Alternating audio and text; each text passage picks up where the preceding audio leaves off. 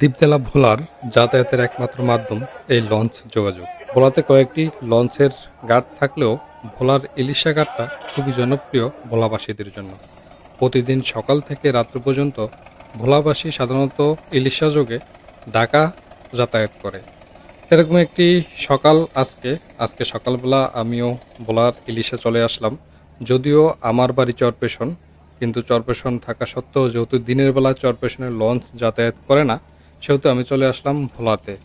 এখন ঘড়িতে ঠিক ৮টা বাজে, আর এই মুহূর্তে আমি রয়েছি ইলিশা ঘাটে। ইলিশা থেকে ঢাকার উদ্দেশ্যে আজকে যে ৩টি লঞ্চ রয়েছে তার মধ্যে এমবি সম্পদ এবং এমবি কর্ণফুলী এবং এমবি রাজারহাট দ্বীপ, এই ৩টি লঞ্চ একটির পর একটি ছেড়ে যাবে। তবে প্রথমে ছেড়ে যাবে হয়তোবা এমবি কর্ণফুলী, যেটি ৮টা ৩০ মিনিটে ইলিশার ঘাট ত্যাগ করবে এবং ঢাকার উদ্দেশ্যে রওনা দিবে।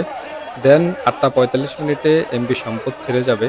প্রতিদিন ৮টা ৪৫ মিনিটেই হচ্ছে এমবি সম্পদ ঢাকার উদ্দেশ্যে ছেড়ে যায় এবং ২টার ভিতরে ঢাকার সদরঘাটে পৌঁছে দেয় যাত্রীদেরকে।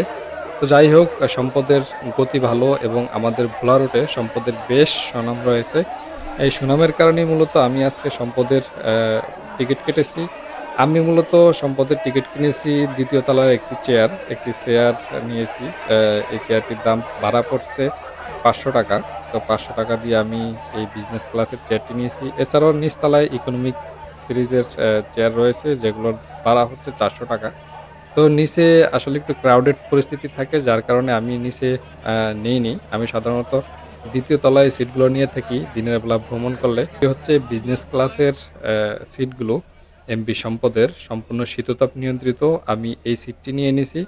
আপনারা দেখতেই পাচ্ছেন সিরিয়াল ওয়াইজ সম্পূর্ণ শীততাপ নিয়ন্ত্রিত এই বিজনেস সিরিজের সিটগুলো। এগুলো সব একটু পরে ভরে যাবে। তো যাই হোক, আমি পুরো ইনডোরটা ঘোরাঘুরি করে এখন ছাদে চলে যাব। তবে এই লঞ্চটি আজকে ৮টা ৪৫ মিনিটে ছেড়ে যাওয়ার কথা রয়েছে। দেখি কয়টায় ছেড়ে যায় এই লঞ্চটি। আসসালামু আলাইকুম এভরিওয়ান, স্বাগতম ট্রাভেলার্স এর আরও একটি নতুন ভিডিওতে। আজকের ভিডিওতে আমরা চলে আসলাম ভোলার ইলিশা ঘাটে। আর ইলিশা ঘাটে সবসময় আমি যাতায়াত করি এই ঘাট দিয়ে ঢাকাতে। যদিও আমার বাড়ি চরপেশনে, আমি সবসময় ইলিশা ব্যবহার করি এই কারণে ইলিশার লঞ্চগুলো অনেক বড় হয়ে থাকে আর দিনে যাতায়াত করা যায় ইলিশার লঞ্চ ঘাট দিয়ে। তো সেই প্রেক্ষিতেই হচ্ছে আমি সবসময় গ্রিন লাইন, তারপর হচ্ছে দোয়েল পাখি, সবগুলো লঞ্চে যাতায়াত করি ম্যাক্সিমাম দুপুরের পরে। কিন্তু সকালবেলা এই প্রথম ইলিশা ঘাট দিয়ে এই প্রথম আমার ট্রিপ ঢাকাতে। তো সকাল সকাল চলে আসলাম ইলিশা ঘাটে। আমার পেছনে যে ঘাটটি দেখতে পাচ্ছেন এটি হচ্ছে সেই ফেরিঘাট। এটা দিয়ে হচ্ছে আমার যে কার্বিনাল ওয়েভ এবং কার্বিনাল ক্রুজ দুটি লঞ্চ যাতায়াত করে, যেগুলো হচ্ছে গাড়ি নিয়ে যাত্রী নিয়ে একসাথে যায়। সেটা হচ্ছে ওই পিছনে দেখতে পাচ্ছেন। আর আমি এখন বর্তমানে আছি ঢাকা যাওয়ার লঞ্চ ঘাটে, যেগুলা ডে বাই ডেতে হচ্ছে যে লঞ্চগুলো হচ্ছে মূলত ঢাকার উদ্দেশ্যে ছেড়ে যায় যাত্রী নিয়ে সেগুলোতে। তো আজকে সকালবেলা এখন বাজে হচ্ছে ঠিক ৮টা, আর আধা ঘন্টা পরে হচ্ছে এখান থেকে ৩টি লঞ্চ ছেড়ে যাবে আধা ঘন্টা পর এবং ১ ঘন্টা পর, এই ডিস্টেন্স দূরত্বের ভিতরে। তো যার ভিতরে হচ্ছে এমবি সম্পদ এবং কর্ণফুলী ৩ এবং হচ্ছে রাজারহাট ৩টি লঞ্চ আজকে সকালবেলা এখান থেকে ছেড়ে যাবে। দেন হচ্ছে ঢাকা থেকে যে আগত লঞ্চগুলো দোয়েল পাখি ১০ বা ৮ এবং গ্রিন লাইন, এগুলো হচ্ছে দুপুরের পর ছেড়ে যাবে। তো সকালবেলা এই আমার প্রথম আজকে আমি টিকিট কাটছি সম্পদে আসলে অনেক ভালো একটা স্পিড এবং সম্পদের চাহিদাটা খুব ভালো, যার কারণে হচ্ছে সম্পদ আমি বেছে নিয়েছি। সম্পদের আরও কিছু গুণাগুণ রয়েছে যার কারণে। তো আমার সাথে আজকে ভ্রমণ সঙ্গী আছে আমার ভাগনা রাশেদ। আমি ভাগিনা। আসসালামু আলাইকুম। সেও যাবে আজকে আমার সাথে ঢাকাতে। তো যাই হোক, সম্পদ লঞ্চে এটাই আমার প্রথম জার্নি, এই জন্য আমি মূলত আপনাদের সাথে ভিডিওটি শেয়ার করা।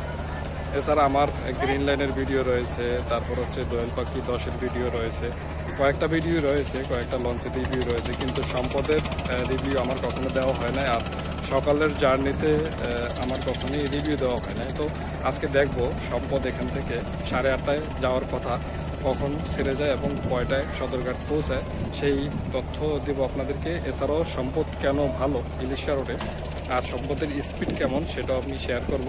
তো এই মুহূর্তে আমি ইলিশা ঘাটে আছি, ইলিশা ঘাট। এখন আমি সম্পদের ঠিক মাথায় রয়েছি, ছাদে রয়েছি। তো ছাদ থেকে হচ্ছে আমি এখন সম্পদের ভিতরে ঢুকবো, দেখি এর ডেকোরেশনটা কীরকম সেটা আপনাদের সাথে শেয়ার করব। তো চলুন যাওয়া যাক সম্পদের ইন্টেরিয়রটি দেখার জন্য। ঢাকা টু ইলিশায় এক সময় রাতের বেলা লঞ্চ ছাড়া দিনে কোনো লঞ্চ ছিল না, কিন্তু সময়ের পরিক্রমায় আসলে এখন দিনের বেলাও লঞ্চ যাতায়াত করে।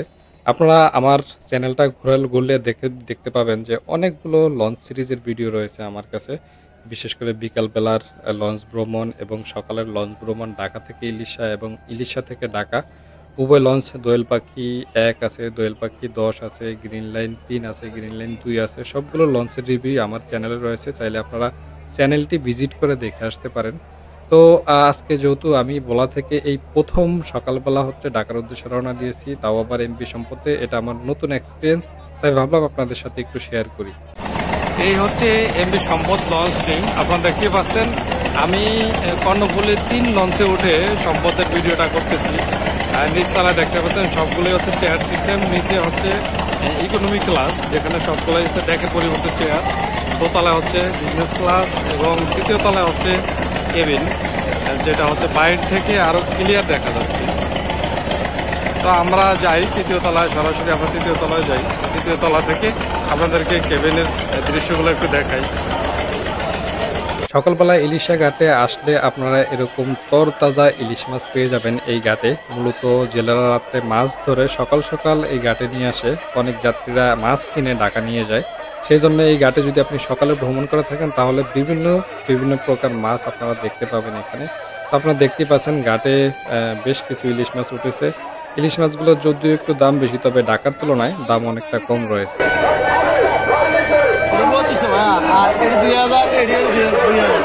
আজকে উঠাইছেন? আজকে উঠাইছেন? এটা 2500, 2000 কতটা করে ওজন? 450 গ্রাম। 450 গ্রাম। ভোলার ইলিশের লঞ্চ ঘাটে এরকম টাটকা ইলিশ পাবেন আপনারা। এখানে কিনতে পাওয়া যাবে, কাঁচা ইলিশ বহুত পাওয়া যাবে। এই লঞ্চ ঘাট আসলে বিশেষ করে সকালবেলা হিউজ পরিমাণ ইলিশ উঠবে এই ঘাটে। এগুলো সব হচ্ছে মেঘনার ইলিশ, একদম টাটকা রূপালী ইলিশ।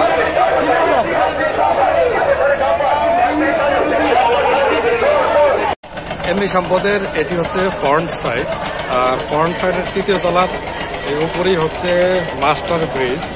এখান থেকে লঞ্চটি পরিচালনা করা হয়। আর যে কেবিনের কথা আপনাদেরকে বলছিলাম, সিঙ্গেল এবং ডাবল কেবিনগুলো, এগুলো হচ্ছে সিঙ্গেল এবং ডাবল কেবিন। যেগুলো দেখতে পাচ্ছেন রিভার সাইডে যেগুলো, এগুলো সব হচ্ছে ডাবল কেবিন। আর এ হচ্ছে রিভার সাইড বারান্দা, এর পিছনে অনেকগুলো জায়গা রয়েছে, অনেকগুলো কেবিন রয়েছে। ঠিক আছে, বিশাল লঞ্চ, অনেক বড় লঞ্চ। এদিকে নামার সিঁড়ি, এখানে ক্যান্টিন, আর হচ্ছে এগুলো সব হচ্ছে কেবিন। আজকে শুক্রবার, আজকে প্রচুর যাত্রী। ঠিক আছে, আমি যদি একটু সামনে যাই আপনাদেরকে দেখাই। এই রাশেদ,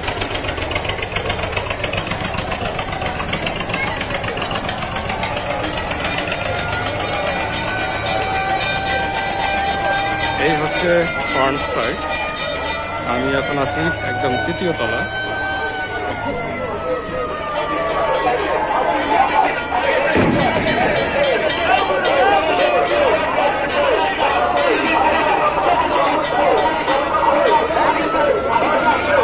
সবগুলো লঞ্চ আজকে ছেড়ে যাবে 8:30টার পর, একে একে করে কর্ণফুলী 3, রাজারহাট 2 এবং এমপি সম্পদ, সবগুলো লঞ্চ হচ্ছে একটু পর একে একে ইলিশা ঘাট ত্যাগ করবে।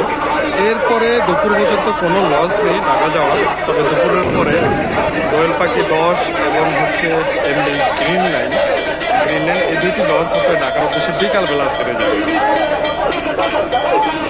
অবশেষে ইলিশা ঘাট থেকে প্রস্থান করলো এমপি কর্ণফুলী 3 লঞ্চটি সবার আগে। এখন ঠিক 8:30 বাজে। এই মুহূর্তে ইলিশা থেকে কর্ণফুলী 3 ঢাকার উদ্দেশ্যে ছেড়ে দিল। একটু পরপরই হয়তো বা এমপি সম্পদ এখান থেকে এই ইলিশা ঘাট থেকে বিদায় নিবে চলে যাবে ঢাকার উদ্দেশ্যে। এদিকে আমরা দেখতে পাচ্ছি রাজারহাট বি যে লঞ্চটি এটি আবার ঘাট ঢুকতেছে, যদিও এটাতে যাত্রী নেই, এটা হয়তো 1 ঘন্টা পর ছাড়বে, এটা শিডিউলটা আমার জানা নেই, কিন্তু এটা এখন ঘাটে ঢুকবে।